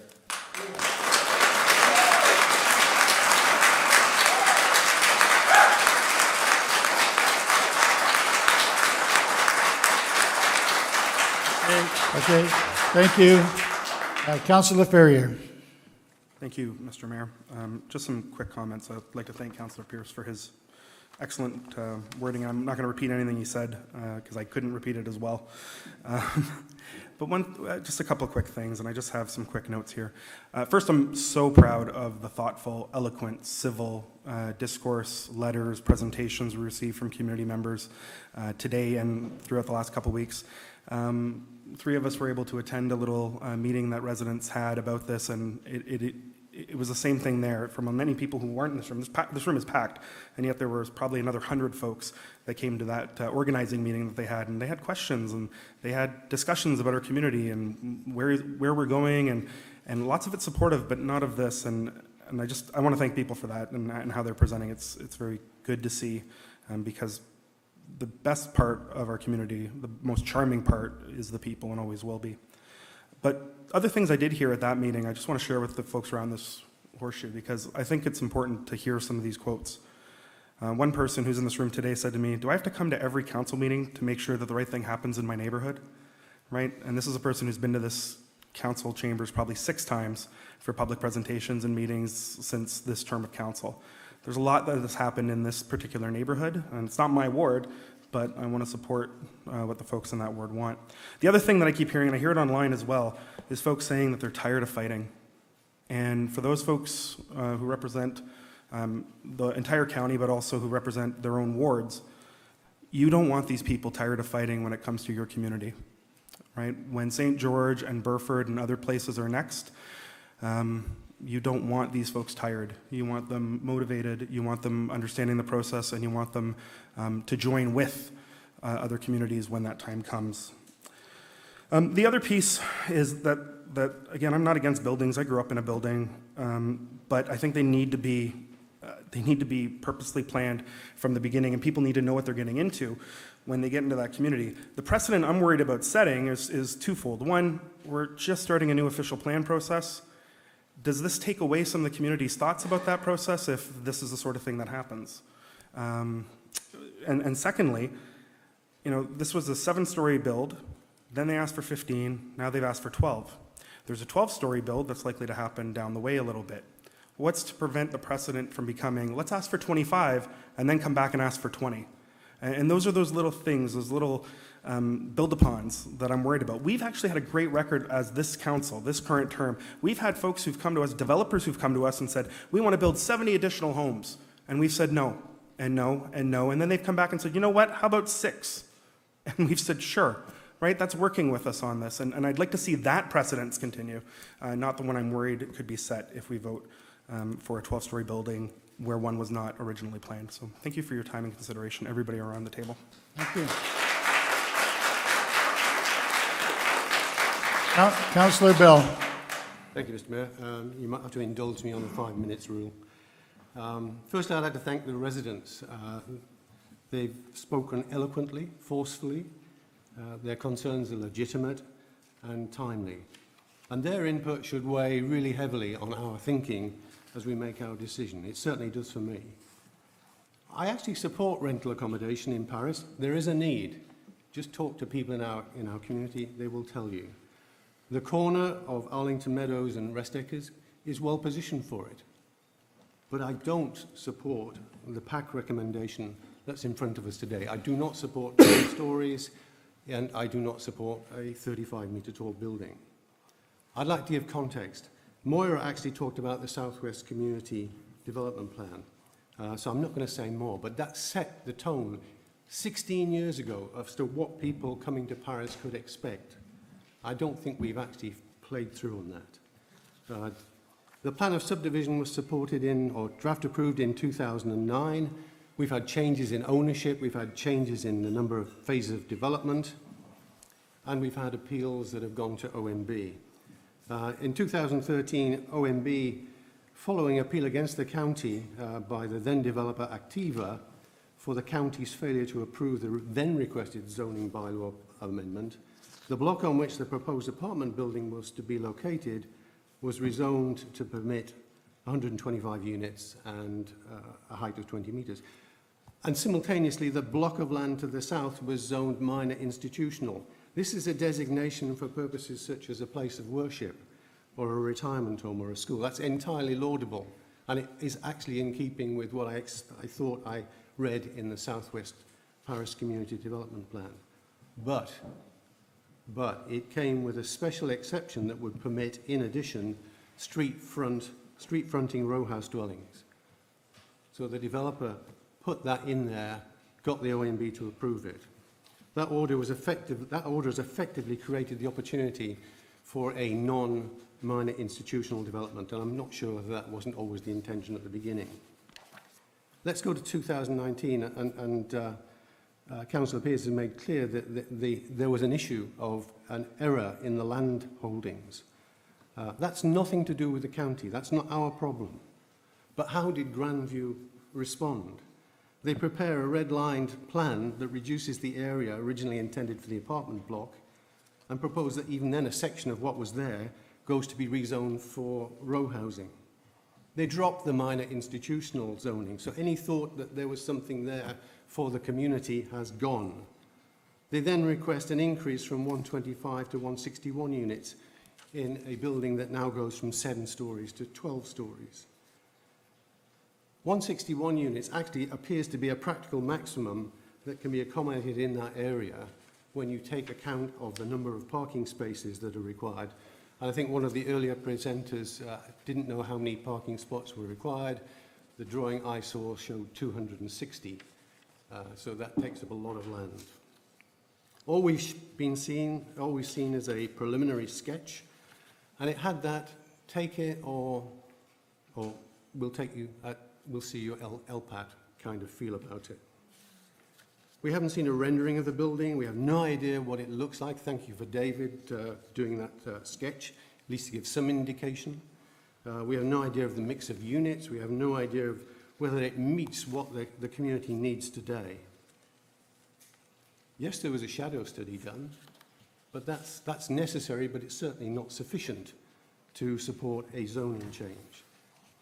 In our region, if you just go outside of the county, look a little north and a little east, there are plenty of examples of buildings that accommodate 160 units on similar sized or smaller lots that don't exceed 7 stories.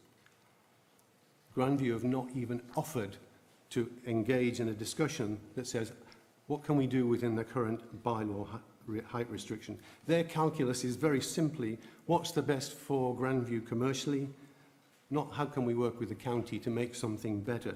And as Councillor Ferrier just mentioned a little while ago, we want to work with these developers to make sure that we do things in the best interests of the county. I mentioned that it's not been high on the public agenda, but the other changes in this zoning bylaw amendment increase the density of the row houses in the blocks surrounding the apartment block. And I mentioned some of the changes that are there. All in all, it feels like this is a development ratchet that's being applied to the county. Every change is in the advantage of the developer, and it's not in the best interest of the county. I do worry, as Councillor Pearce said, about the precedent we set. Today, the focus is on Paris. In 5 years, it could be St. George or Burford or Cainsville. And I appeal to my non-Paris colleagues who voted for this at the PAC to carefully consider what they would feel like if they were in the situation that we find ourselves in as Paris ward councillors. Are we to be seen as a county that simply rolls over and does whatever developers demand, always with the threat of potential LPAT appeals hanging over refusals to approve? You just have to read some of the documentation that we've received from our residents. They're not giving us any credit for the work we're doing. They do believe, I think, that we're not trying hard enough and that we're not fighting back enough. I think Councillor Ferrier mentioned some examples where we are fighting back, but I think this is a crunch decision, and I worry that for the rest of the term of this council, our credibility will be irreparably damaged if the council approves this recommendation. Why should we approve any increase in this?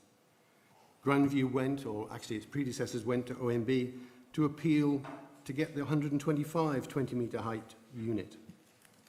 Why indeed, when Grandview are demanding without offering anything to the county and its residents in return? I was going to quote the words of a US president. There really is no quid pro quo in this. We're not getting anything back as the county for what Grandview are looking for from us. Rental accommodation in our county is in short supply. I don't want to say simply no. I would like to see that Grandview would work with us to optimise the design while staying within the current bylaw zoning height of 20 metres. You can think of all kinds of ways. Underground parking. The first level above ground is parking. That would create a smaller footprint. It would allow fewer stories to be built, and the building height would be reduced. We could have smaller buildings, one with underground parking, one without underground parking. Grandview could actually sacrifice some of their lots on either side of this apartment block to allow us to have a lower profile building. We could meet some way along the way with them, but I don't see any evidence of that. Grandview could build apartments that are within the affordability range for current residents. I've seen no evidence of that. I hope Grandview will be willing to work with the county rather than simply taking us to LPAT if we refuse their current application. I believe alternatives can be brought forward that achieve a better balance between profitability for them, acceptance for our residents, fit with the existing and planned housing types, and the needs for affordable and attainable rental accommodation in our county. So let me conclude. I will, as I always do, vote for what's best for the county. So I ask myself, is it best to build a 12-storey building in a subdivision where there's nothing residential beyond 2 stories at the moment? No. Is it best to approve a building for which all I've seen is a sketch plan without even a rendering and no indication of the target market?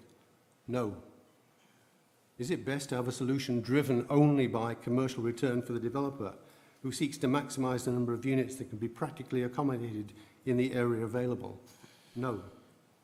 Is it best to set a precedent that residents in St. George or Cainsville in Burford will one day look at us and say, why did Paris do that? Why did they why did they place a high-rise building in a small rural town? No, it's not best. Is it best to disregard the strength of the opinion of the people of our county, and particularly the people of Paris and the 300 that took the trouble to write to us and share their concerns? No, it's not. Is it best to forget the original intent of the development of Southwest Paris? No, it isn't. So I can't support the recommendation as presented. I would, though, support county staff working with Grandview to bring forward solutions that remain within the existing bylaw, and would be willing to make a motion later to that effect. Thank you, Councillor Bell.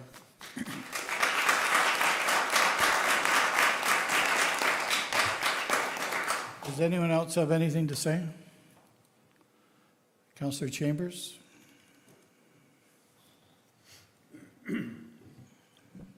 Thank you, Mr. Mayor.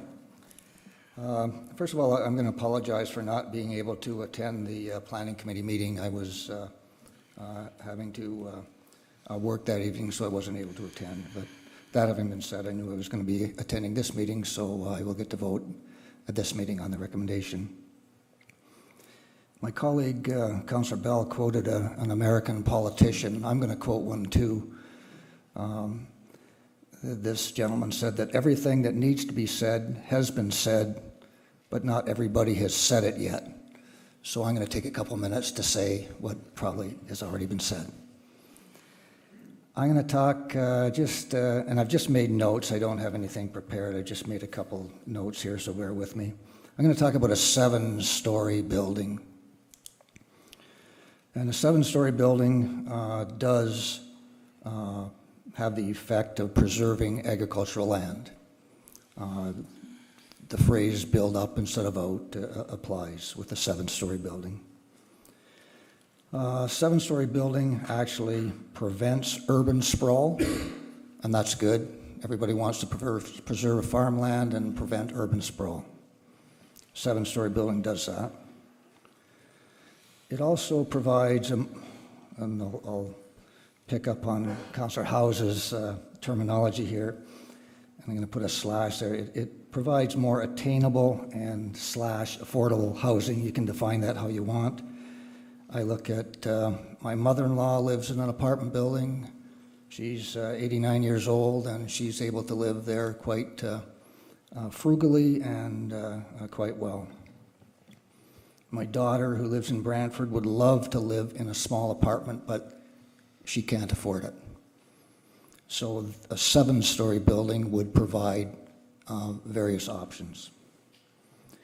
There's a better mix of housing in the area if there are apartment buildings, such as a 7-story building.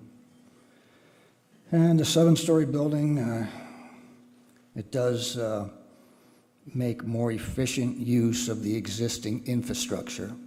The province is big on that. We're supposed to be building our communities in a more dense fashion to make more efficient use of the existing infrastructure. So a 7-story building does all that, and I think I can support a 7-story building. I'm going to talk about 2 other checklist points that I think we need to make. One of them is compatibility. we saw some pictures of Hamilton on the overhead, and they were quite illustrative. The example I'm going to use is a tall building that everybody likes. It's about 10 or 11 or 12 stories. I'm not just exactly sure what, but it's probably the most photographed building in the city of Waterloo, and that's the Dana Porter Arts Library. You can Google that if you haven't seen it. It's actually quite a simple building. It looks like a big sugar cube, but it is the focal point of the University of Waterloo campus. And it's in the center of campus, and it's on a hill, and it's high. You can see it pretty much all over Waterloo. Everybody loves it. It's the most photographed building in Waterloo, I would think. So there are places that high buildings look good. Compare that to out here beside Tim Hortons. I'm not so sure that the Dana Port's Art Library would look good out there. The reason it looks good in Waterloo is it's surrounded by compatible buildings, and the campus was designed to be just that, a community with architecturally pleasing buildings that are compatible with each other. I don't think a 12-story building is going to be too compatible out here with the surrounding neighborhood. And my last point is the neighborhood concerns and wishes. Now, we've heard a lot about my ward's this, my ward's that, my ward's this. I'm a parish councillor, you're not. I don't look at it that way. When I sit around this table, I'm a county councillor. I live and represent people that live in Ward 4, and to be pretty much honest with you, if I ask the people out there on the 13th or 14th concession what they think of this building, they could care less. So the members of council that are representing their wards, what am I supposed to do? I'm going to represent maybe the people in Ward 2 or 3, because I'm a county councillor. I'm not a ward councillor around this table. I'm a county councillor. Keep that in mind, councillors. The people that live in that area obviously do not want it. And maybe that is the checkpoint that we need to pay the most attention to. We can preserve agricultural land, urban sprawl, we can have more attainable, efficient housing, better mix of housing, more use of existing infrastructure. Maybe it's not quite as compatible, but we would be helping the neighbors out if we went with a 7-story building as opposed to 12. So even though I don't live in the ward, and I'm not a parish councillor, I'm not sure what that is, I'm a county councillor, but I would ask my colleagues around the whole circle, my county councillor colleagues, to not support this recommendation, because I'm not going to be supporting it.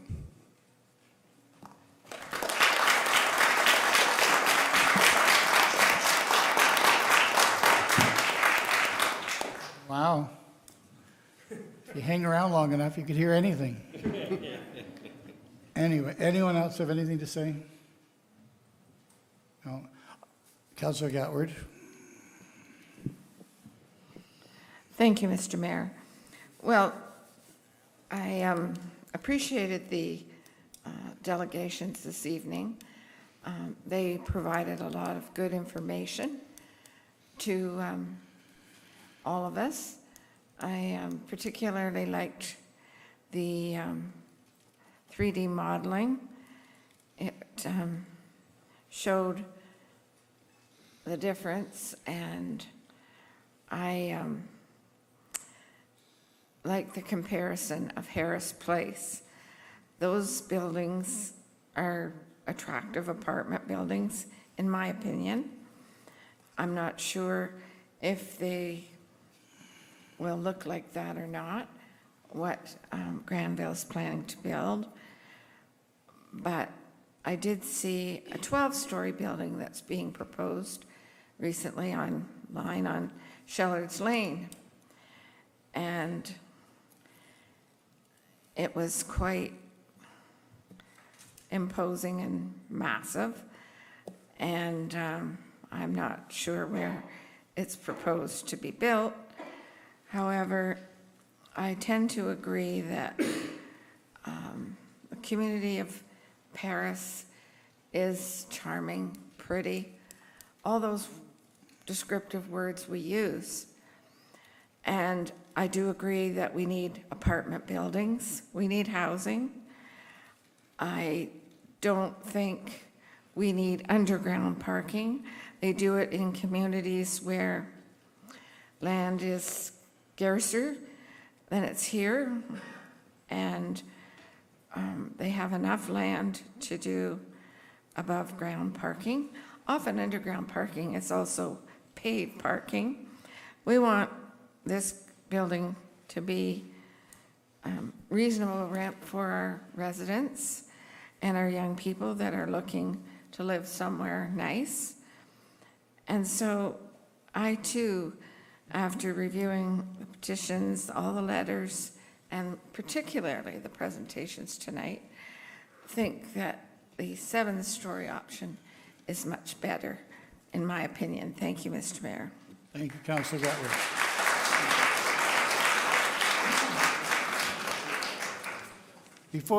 Before we call the vote, I want to say something to the people that are here tonight.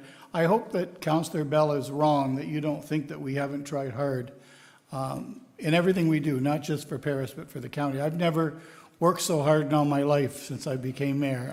I'm doing something every day. I'm learning things all day long, and I know that everyone, I mean, a lot of the councillors that have been here before know a lot more than we do, but I'll tell you that new councillors don't stop learning, we don't stop trying to learn, and we don't stop giving up. So please, I hope Councillor Bell is wrong in how you think of us, because we couldn't be more on top of most things. Some of the things we inherited, but I'm finished talking about blaming people for that too. That's just something that happened, and we're dealing with what we were dealt. And I think we do it very well. The most frustrating part of tonight for me is that yesterday on Family Day, I had a reason to go to Cambridge, and when I was on Myers Side Road going toward Highway 24 off Cheese Factory Road, I saw a development on my left-hand side, right where Christopher Drive comes out onto Myers Side Road. 2 beautiful 6-story buildings, one facing the front, one facing the side. Parking lots were hidden by the first one. It was beautiful. It was beside a little school. People looked like they could pay their bills. The cars were moderate. The community seemed to work, and I was so frustrated having to go. I pulled over and I looked at it, and I thought, why can't this just be what we get? Why can't someone give us an option that looks right and feels right beside a little school where the kids go to that school and everyone's paying their hydro bills? And that's the frustrating part of being the mayor, is when you pass that on your way to somewhere else and you know that that's the answer. So that's my frustration, and I invite everyone, I certainly invite you, Pierre, to drive by there.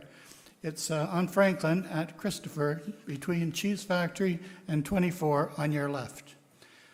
That's the frustration I feel as the mayor. So with that being said, if no one else at the table has anything to say, thank you for being inclusive, Councillor Chambers, and stating that you do represent the county. It makes me feel great. And I think that we've only been here for a year and a bit, year and a half.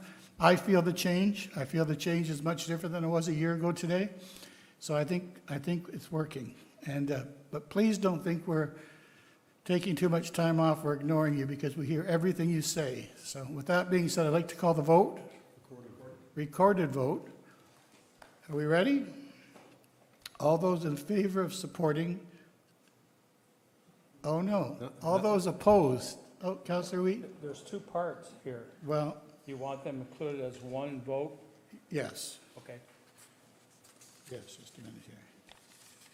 So all those in support of the recommendation, please stand.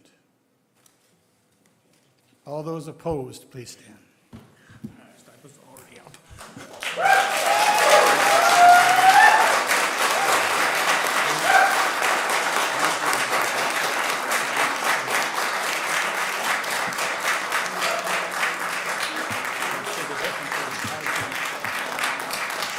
So now I'm looking for a motion to approve the application. Refuse the application. Councillor Pierce, Councillor House. All those in favor? Opposed? We're going to take a break. 10 minutes. Thank you.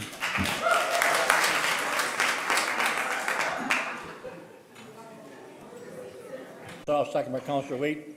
That the Brant County Council minutes of January 28, 2020, February 4th, 2020 be approved. Any questions to the minutes? Seeing none, all those in favor? Opposed? Carried. Thank you. Business arising from the minutes, consent items to be approved. Councillor Howes.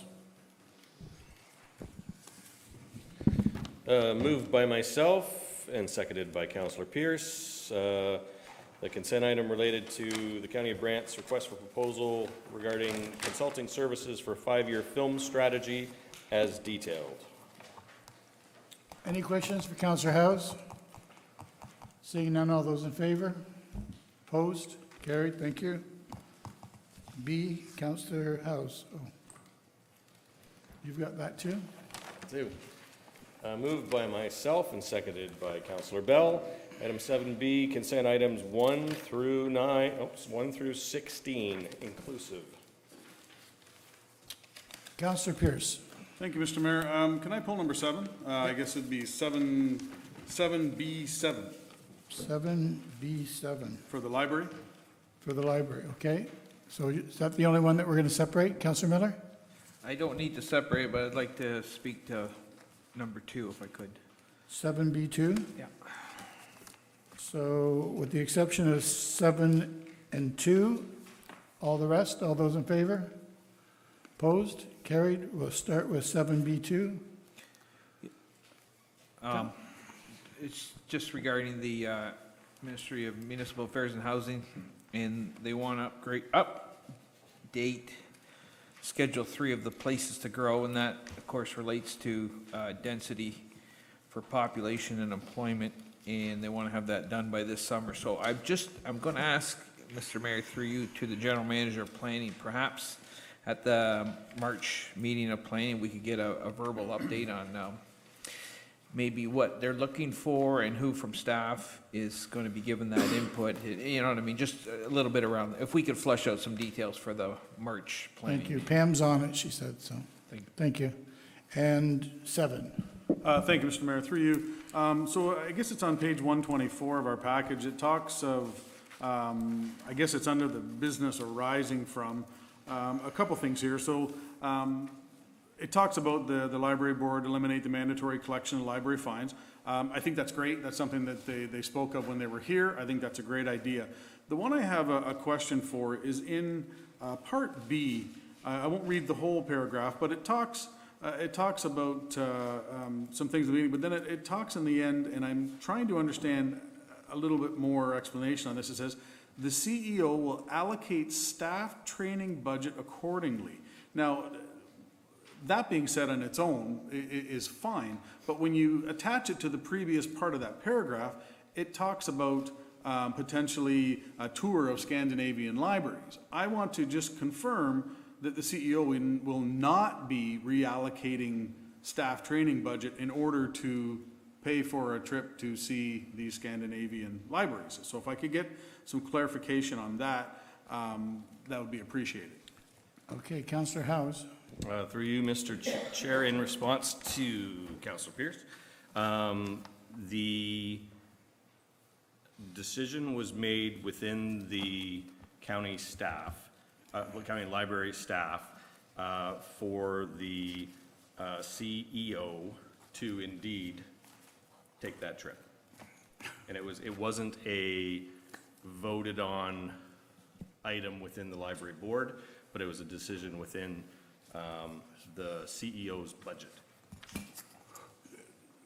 Councillor Pierce, how do you feel about that?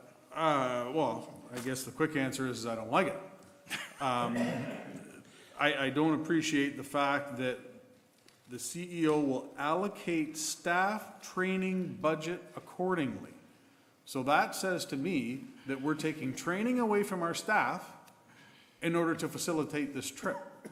I'm not saying that I'm opposed to the trip or for the trip, but regardless of that, it should not be coming out of our staff's training money. That's my biggest concern with that. Councillor House?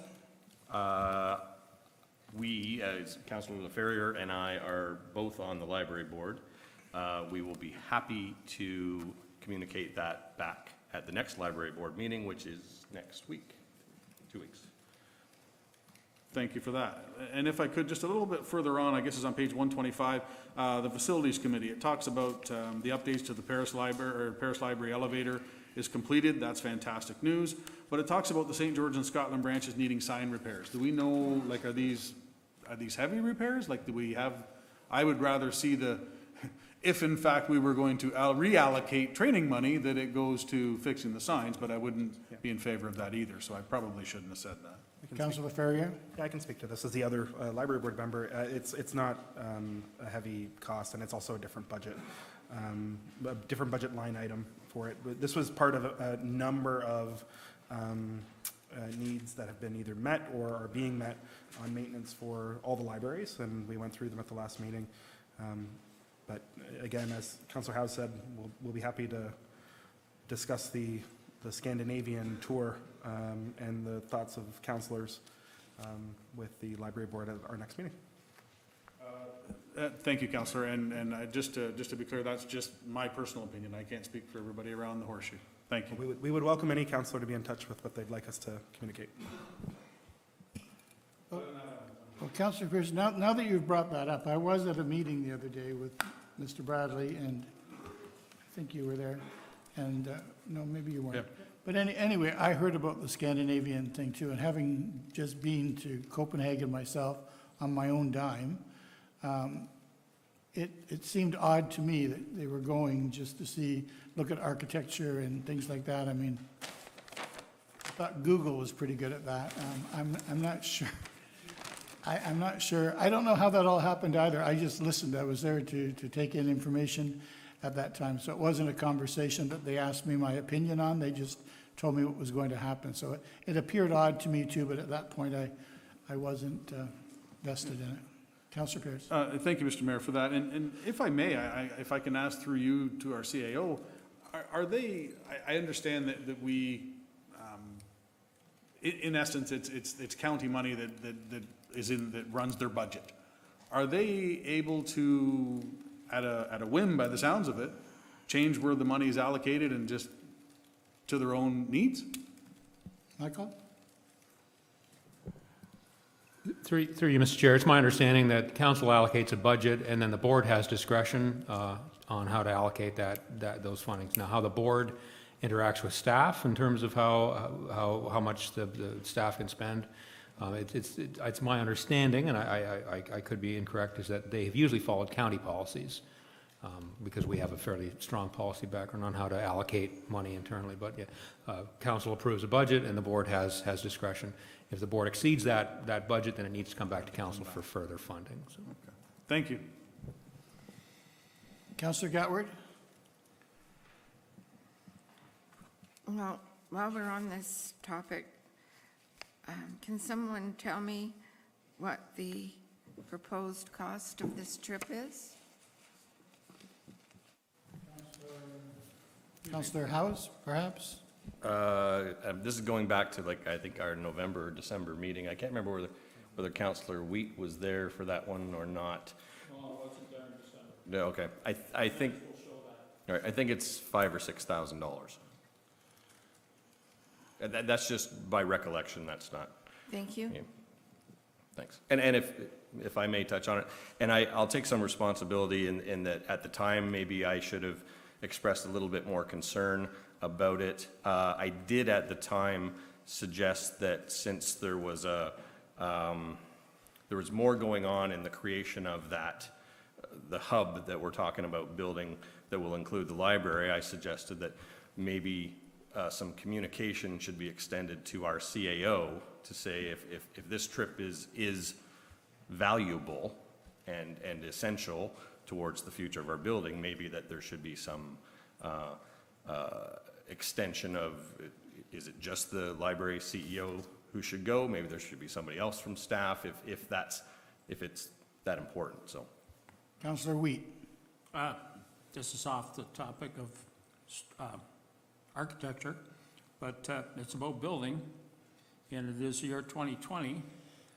Don't get lost at library board about the Glen Morris Library, because by 2025, you need a new one there, because it's not accessible. And in conversation with the mayor last July in Glen Morris, there was a misunderstanding between the mayor and myself, because I had initiated a new discussion on a library in Glen Morris in combination with also a new hall. And that is in our budget. It's 3 years away. But don't lose sight of the fact that that hall can stay 3 years away. It doesn't have to move forward to 2. But don't get wound up in the Paris Library and forget the Glen Morris, because by 2025, it's got to be accessible. And 2025 will be here before you turn around. We won't let them forget about Glen Morris, John. Thank you for that. Any other discussion on the library? Seeing none, all those in favor? Opposed? Carried. Thank you. And you have the consent items to be received too. Motion to receive. All those in favor? Opposed? Carried. Number 8A, committee reports. Councillor Pierce. Thank you, Mr. Mayor. Moved by myself, seconded by Councillor Howes, that the Community Service Committee report of February the 3rd, 2020 be approved, noting there are 3 recommendations. Anything you want separate? Any questions to Councillor Pierce? Seeing none, all those in favor? Opposed? Carried.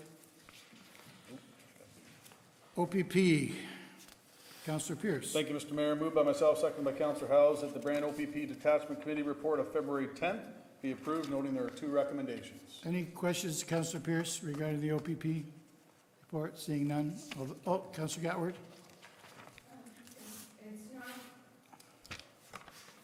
Thank you. It's not a question regarding the report. It's a question from the minutes, Mr. Mayor. Okay. And on page 428, under other business, vacant building security. Do you know if the plan for security, which has to be ready in the next 10 days, is completed?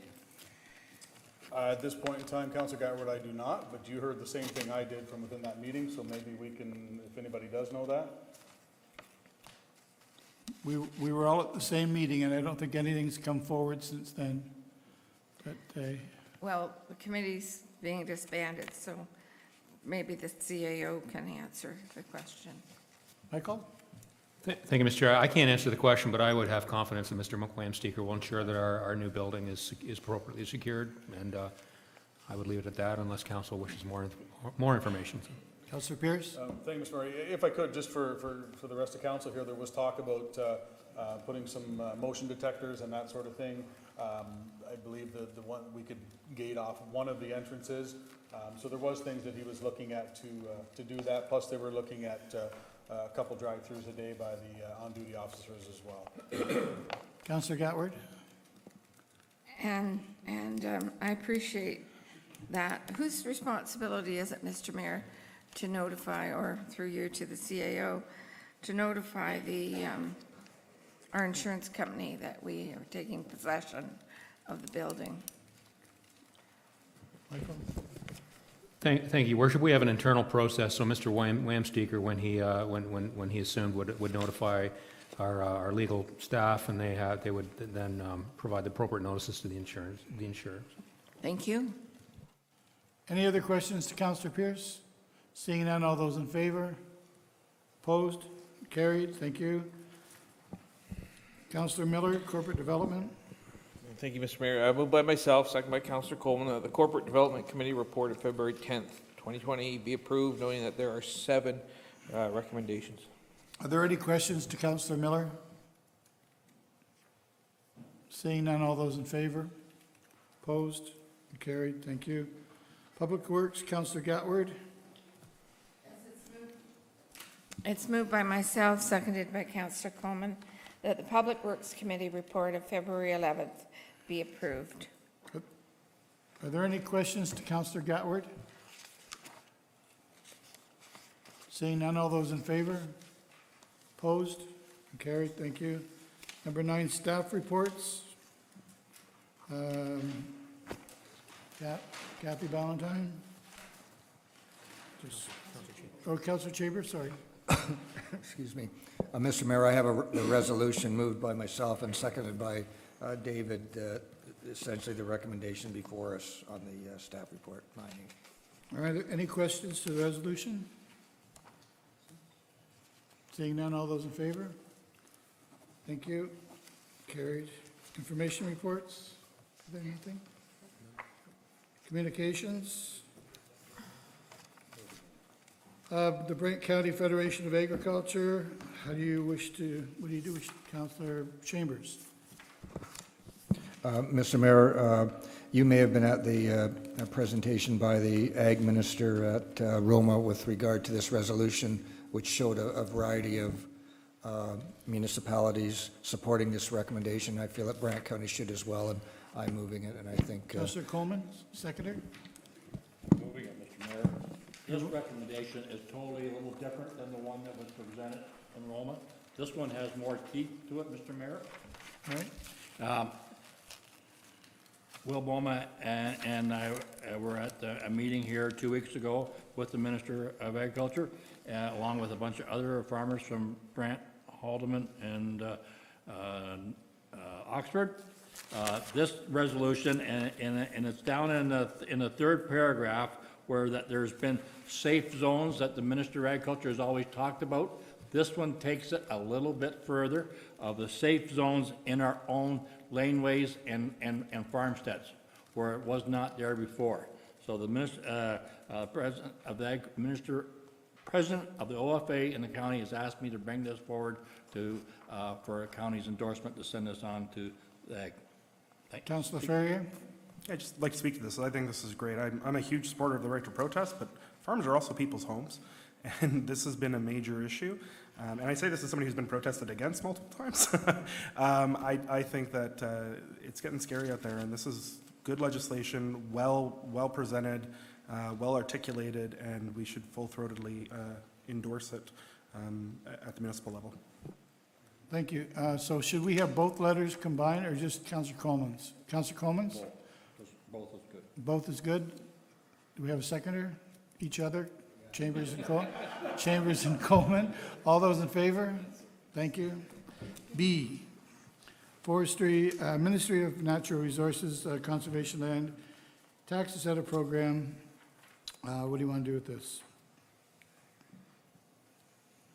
Councillor Gatward. Thank you, Mr. Mayor. I'd like to know who is going to be our representative from our municipality. They're asking for a representative in the last paragraph. Is anyone interested? Or would it be a staff member? I don't think it asks for a counselor. It's just a staff member, I believe. Yeah. Do we need to know that right now, Councillor Gatward? No, if somebody can let me know or let everybody know, that would be great. All right. It's important. Thank you. Do you know yet? Michael? Through you, Your Worship, no, it would be normal, I think, to refer this to staff, and then we'll find an appropriate staff member to liaise with this initiative, someone probably from our tax department. Councillor Gatward? Okay, then I'll move that we receive the letter and refer it to staff to appoint a representative from our municipality to participate in the focus groups. Thank you. You have a seconder and Councillor Wheat. Any other questions? All those in favor?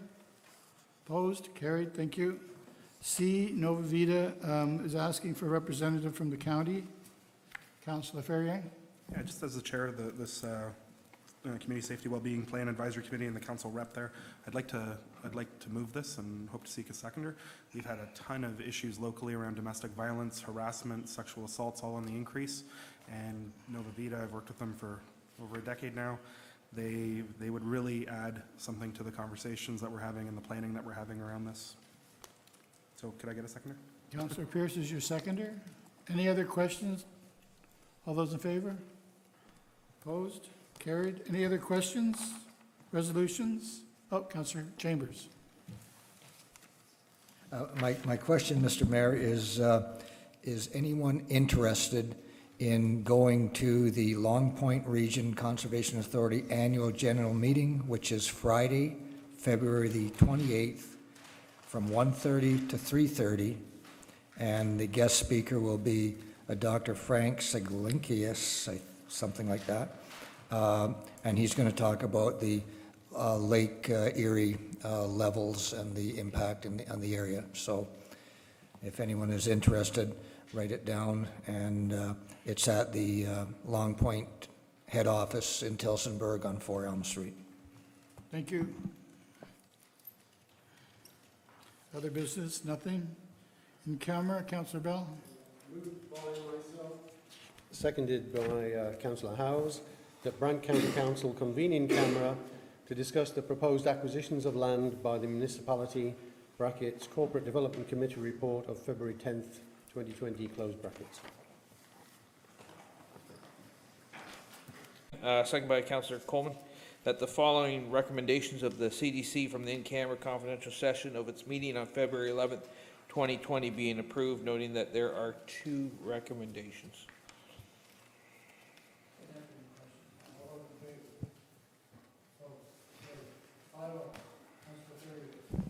Moved by myself, seconded by Councillor Howes.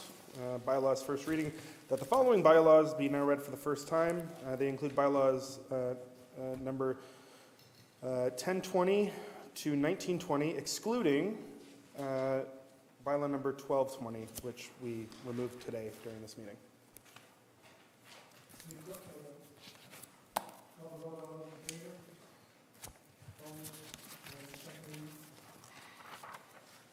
Moved by myself, seconded by Councillor Howes, that the following bylaws now be read a second time and that all clauses and preambles be adopted. Once again, noting that bylaw number 1220 is no longer a part of this package. Are there any questions to Councillor Ferrier?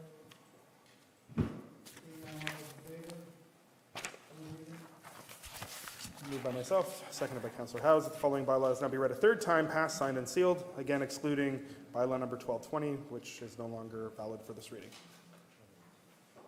Any questions? That was Arlington. Thank you.